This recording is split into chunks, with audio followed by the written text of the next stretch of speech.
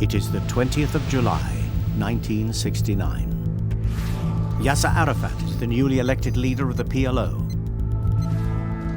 James Earl Ray has just been jailed for the murder of Martin Luther King. In war-torn Biafra, 4 million people are facing starvation. And floating 250,000 miles away in space, 3 astronauts are about to make the greatest technological endeavor of all time. Houston, Texas.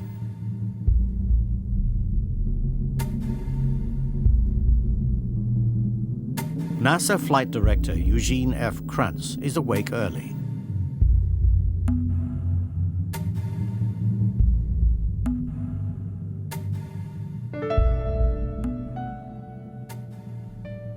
A Korean War Air Force veteran, he is a patriot and a devout Catholic.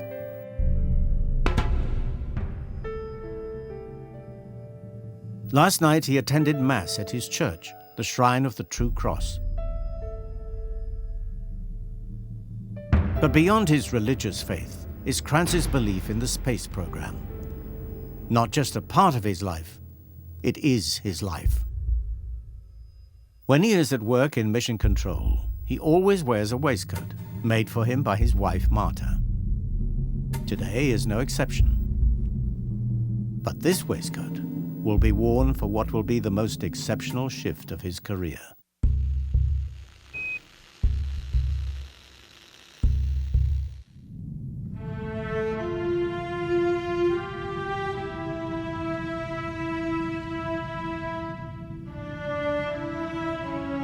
"239,000 miles above Houston, the 3 astronauts of the 11th Apollo mission are still asleep in the command module Columbia.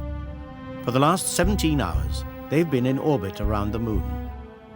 38-year-old Neil Armstrong from Ohio is in charge of the mission.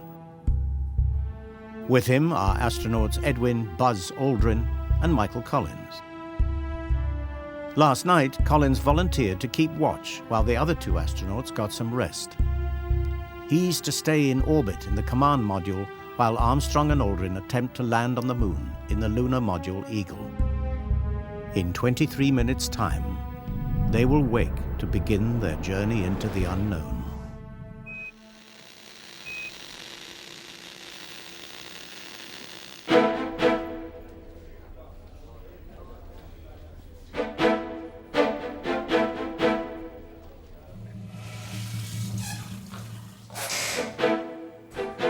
Steve Bales spent the night in the mission control bunkhouse.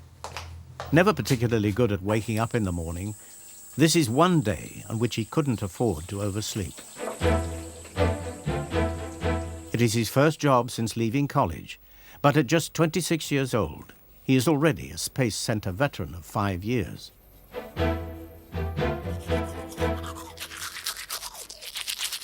He doesn't know it, but later today, the whole of the Apollo mission will rest on his shoulders.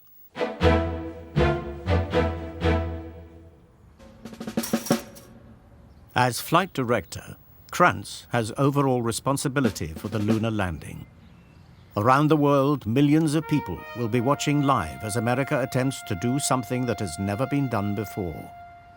For Kranz and the 400,000 people who have worked on the Apollo program, the stakes are high.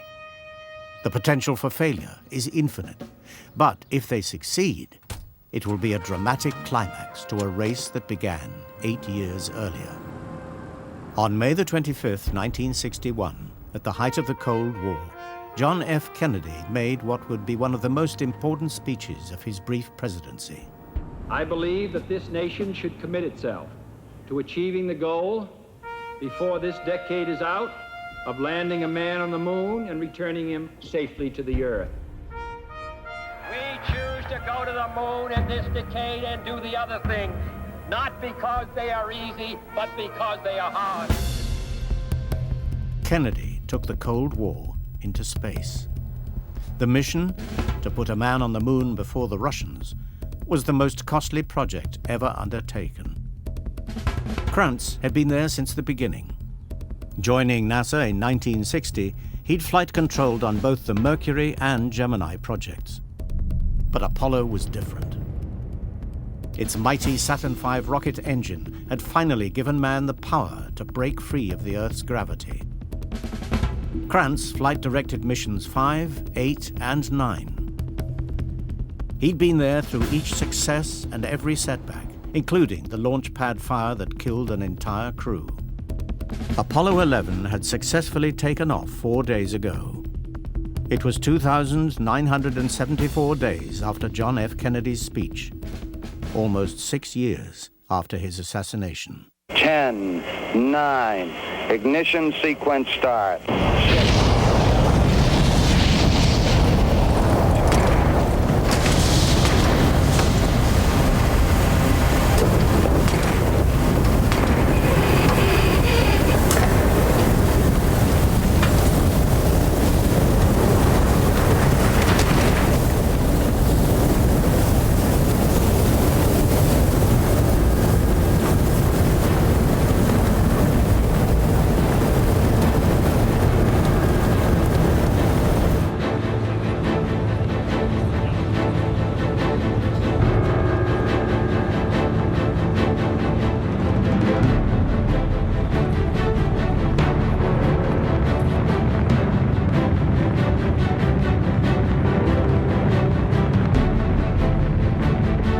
After orbiting the Earth 1.5 times, the third stage engine boosted Apollo 11 out of Earth's orbit and on to a lunar trajectory.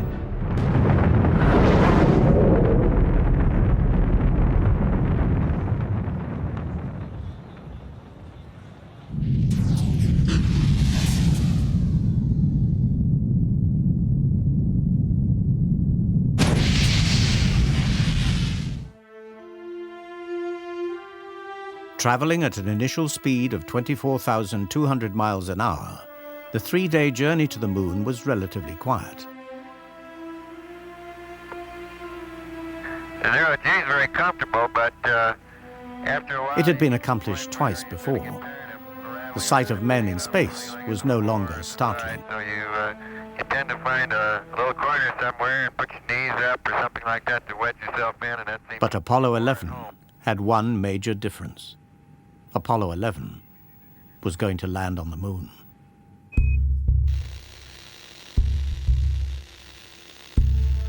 Eight o'clock. Krantz arrives at Mission Control and takes over the flight director's chair. Apollo 11, Houston. Now we're coming in. Can't quite make out who that had. It's Big Mike Collins there. Well, you got a little bit of...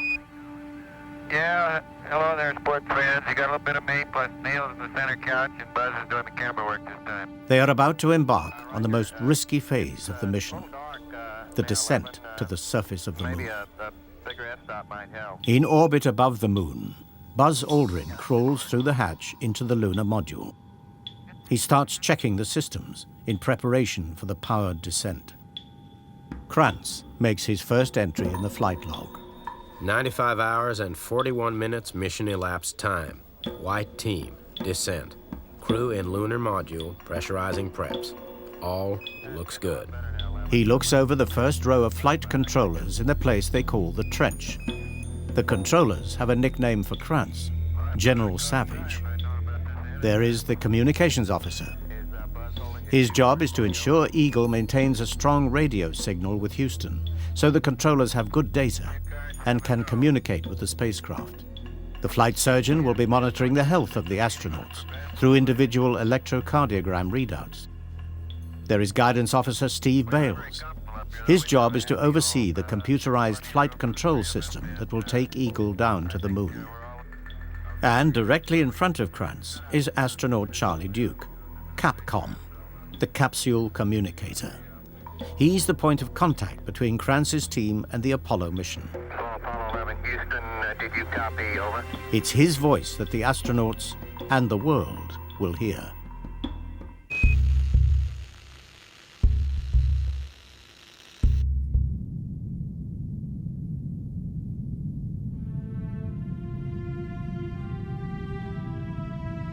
Orbiting the dark side of the moon, Eagle and Columbia are out of radio contact with Houston. With Armstrong and Aldrin in the lunar module, Collins is ready to separate Columbia from Eagle.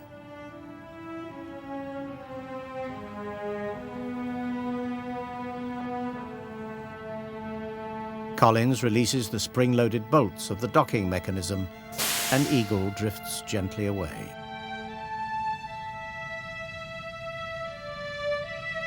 Armstrong fires small bursts of Eagle's thruster rocket, turning the lunar module on its head in preparation for the descent to the moon's surface.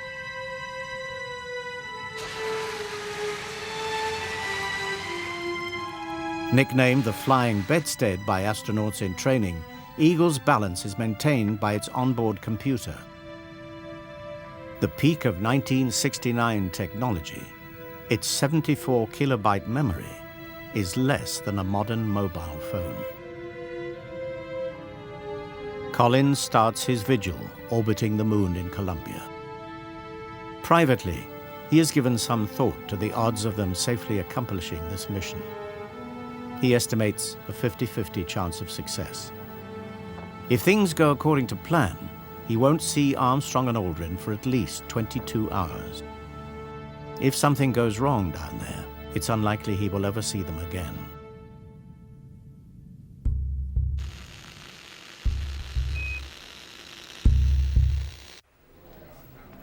Mission Control still has a half-hour wait before the spacecraft come back into radio contact. Krantz tells his flight controllers to be back at their posts in 15 minutes.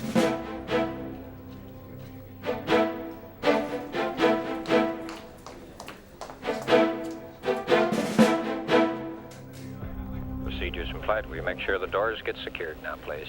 Krantz orders security to lock the doors to Mission Control and switches to a private communication loop. Will you secure the doors? Roger. Then, after reviewing operational procedures, he gives the pep talk of his life. This is the best team I've ever worked with. I have ultimate confidence in you people. What we're about to do now, it's just like we do it in training. And after we finish the son of a gun, we're gonna go out and have a beer and say, damn it, we really did something. Collins clears the moon 2 minutes before Eagle and establishes contact with Houston. Columbia, Houston, we're standing by, over. Houston, Columbia, reading you loud and clear. How many? Roger 5 by, Mike. How did it go, over? Listen, babe, everything's going just swimmingly. Beautiful. Great. We're standing by for Eagle. Eagle then clears the moon, but Mission Control has a problem receiving their signal. Communications from the spacecraft have been cutting out and then returning for brief moments. Apollo 11, this is Houston. How do you read, over?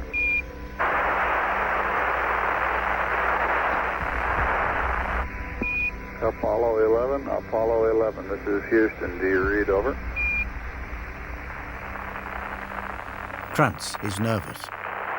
In only a few minutes, he will have to give Armstrong and Aldrin the go-ahead for the mission, and his controllers need good data. Charlie Duke suggests that Eagle pitch 10 degrees to improve signal strength. Eagle, Houston, we recommend you yaw 10 right will help us on the high-gain signal strength, over. Eagle, Houston, we have you now. Do you read, over? Loud and clear. Okay, we're off to a good start. Play it cool. With an improved signal, Krantz asks his flight controllers for a go or no-go for the descent. Okay, all flight controllers, I'm going around the horn. Make your go-no-goes based on the data you had prior to LOS. I see we got it back. Give you another few seconds. We're yawing, flying. Okay, Retro. Go. Fido. Go. Guide. Go. Control. Go. Telcom. Go. GNC. Go. Ecom. Go. Surgeon. Go. Capcom, we're go to continue PDI. Roger, you're a go. You go to continue power descent. You're a go to continue power descent. With Eagle in position, they are about to start the part of the mission that has never been attempted before. The manned descent to the surface of the moon.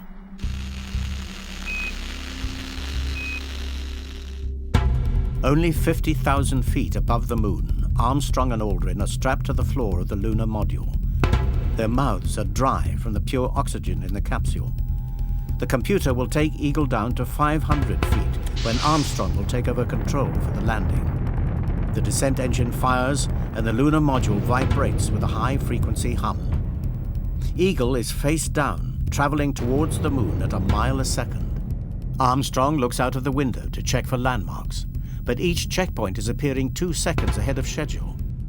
At their current rate of descent, they are likely to overshoot the planned landing site by 2 miles. 15 foot, we're going to make it a thing. Roger. Roger, copy. He thinks you're a little long downrange. That's right. I think we confirmed that. We confirm that. Roger. Guidance Officer Steve Bales is worried. Eagle is descending too fast, 20 miles an hour faster than planned. If the descent rate increases, Eagle is likely to crash land. But the speed is constant. They can overshoot the planned landing zone, and Armstrong should be able to find a new suitable site. Eagle turns over onto its back so that its landing radar can lock onto the moon. The radar comes to life, firing information on speed and altitude into Eagle's guidance system.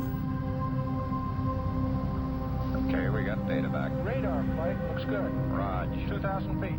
Roger, 2,000 foot Del H. Aldrin checks the computer's calculations against the distance measured by the radar.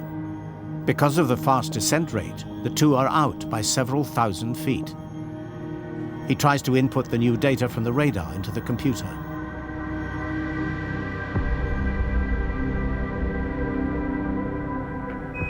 Program alarm. An alarm goes off on the computer. 1202. 1202. Aldrin has never seen this before. He has no idea what a 1202 alarm means or how serious it might be. Mission control, and Krantz is under pressure. With an alarm active, the lunar module's computer is liable to crash. Krantz has to decide whether to abort the descent or override the alarm and hope for the best. Suddenly, the most important man in the room is Steve Bales. Whether the entire mission is go or no-go is now down to the 26-year-old guidance officer. But Bales isn't sure what the 1202 alarm is either. During simulated landings, 3 seconds was considered a long time. It takes 15 for mission control to give Neil Armstrong an answer. The entire mission hangs on Bales' call. The astronauts need an answer. Give us a reading on the 1202 program alarm.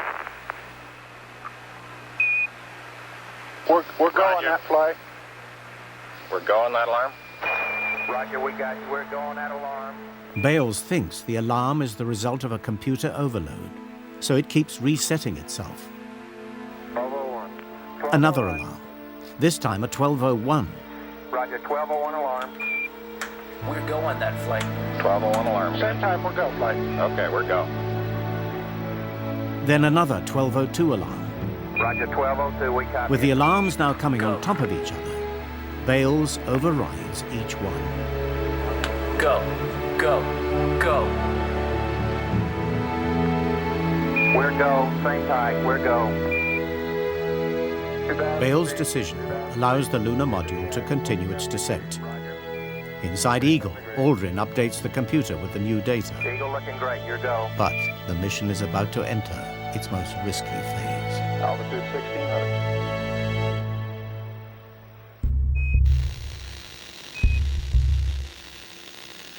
Okay, all flight controllers, go, no, go for landing. Retro. Go. Fido. Go. Guidance. Go. Control. Go. Telcom. Go. GNC. Go. Ecom. Go. Surgeon. Go. Capcom, we're go for landing.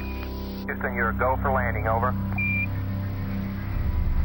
Roger, interfering, go for landing, 3,000 feet. Okay, all flight controllers, hang tight. Should be throttling down pretty shortly. Halfway through the powered descent, Eagle's engine throttles down.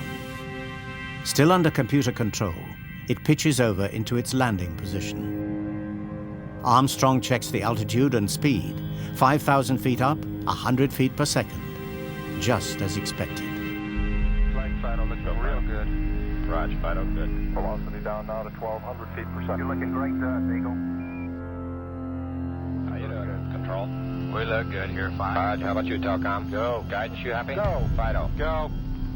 Now, with the moon only 1,000 feet away, Armstrong looks out of the window.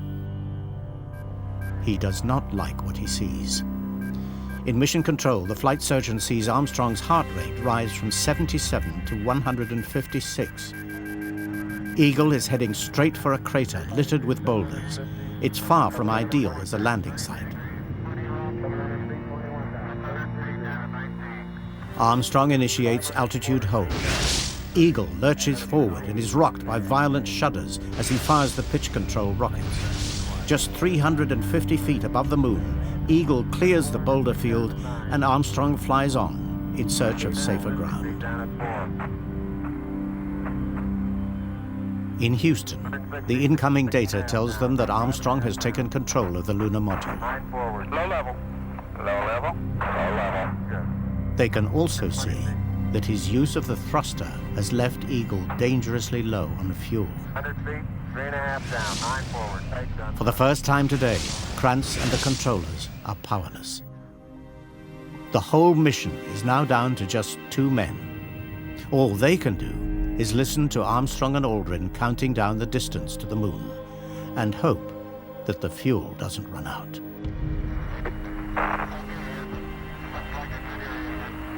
Epic shadow up there. Okay, 75 feet. That's looking good. Down to 60. Roger. 6 forward. 60 seconds. 60 seconds. Eagle has only 60 seconds of fuel remaining. Lights on. But Armstrong has found a landing site. Only 100 feet separate Eagle from the moon. 40 feet down, 2.5. Picking up the set. They have seconds of fuel left. 2.5 down, 2.5. Picking up the set. 30 feet, 2.5 down. Big shadow. Down, forward. 4 forward. 20 feet to go.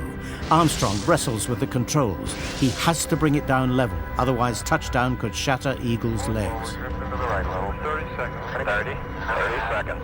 30 seconds. Forward.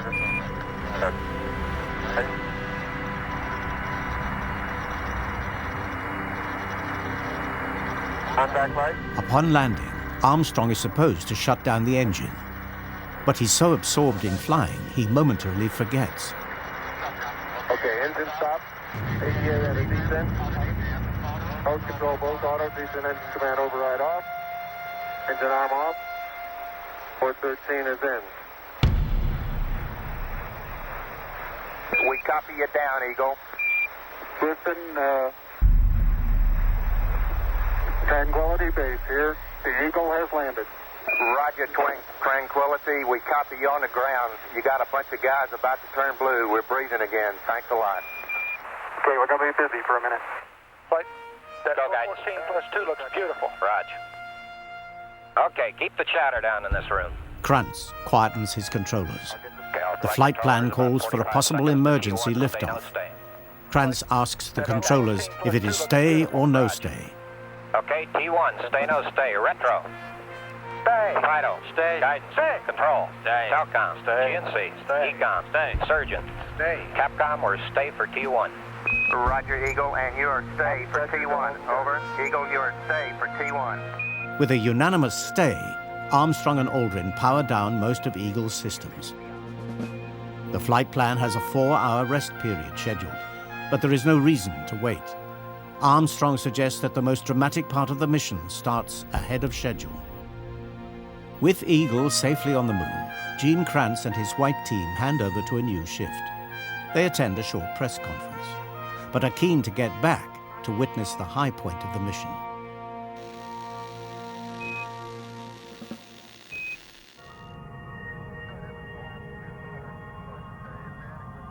Armstrong opens the hatch, moves through the opening and out onto the ladder. He pulls a D-ring on Eagle's side and an equipment stowage tray lowers. Picture on the TV. See on the sequence camera. On the big screen in mission control, an alien black and white image flickers into life. Armstrong reaches the bottom rung of the ladder. He pauses. Then he launches himself into a slow-motion fall, landing on the foil-covered footpad. Very, very fine-grained, as you get close to it. It's almost like a powder. Carefully, he raises his left foot and lowers it onto the dust. That's one small step for man, one giant leap for mankind.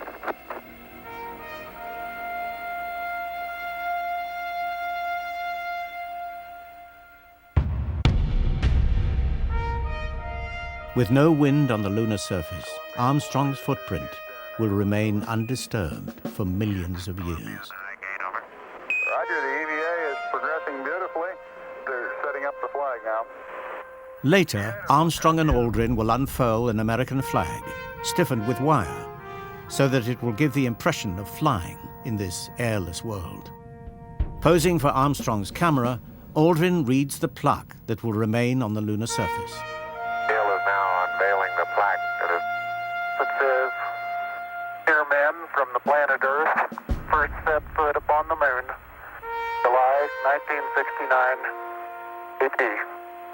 We came in peace for all mankind."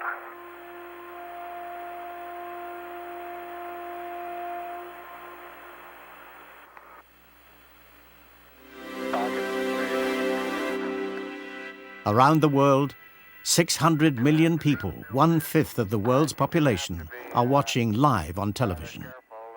It is the largest audience for any event in history. One small step for man, pequeno passo para one giant leap for mankind.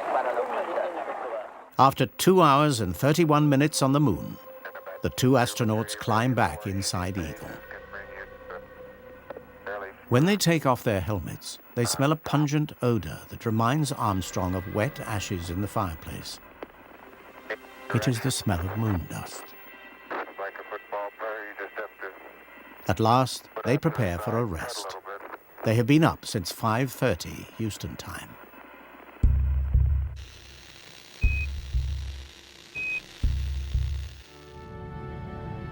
In a few hours from now, the two astronauts will blast off from the moon and rendezvous with Michael Collins in the command module.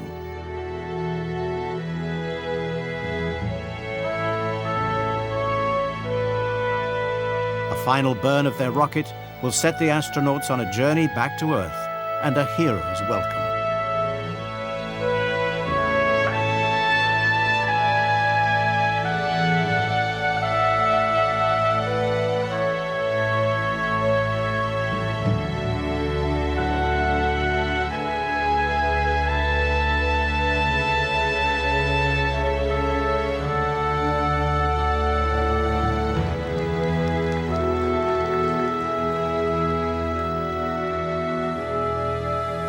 Neil Armstrong will enter the history books as the first man on the moon, Buzz Aldrin as the second, and Mike Collins as the astronaut who went with them.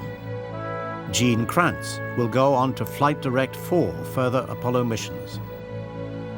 Steve Bales will be awarded the Presidential Medal of Honor for his part in the lunar landing. Go. A total of 12 men will ultimately walk on the moon, the last on December the 11th, 1972. The first today, on July the 20th, 1969. 66 years after the Wright brothers' first flight.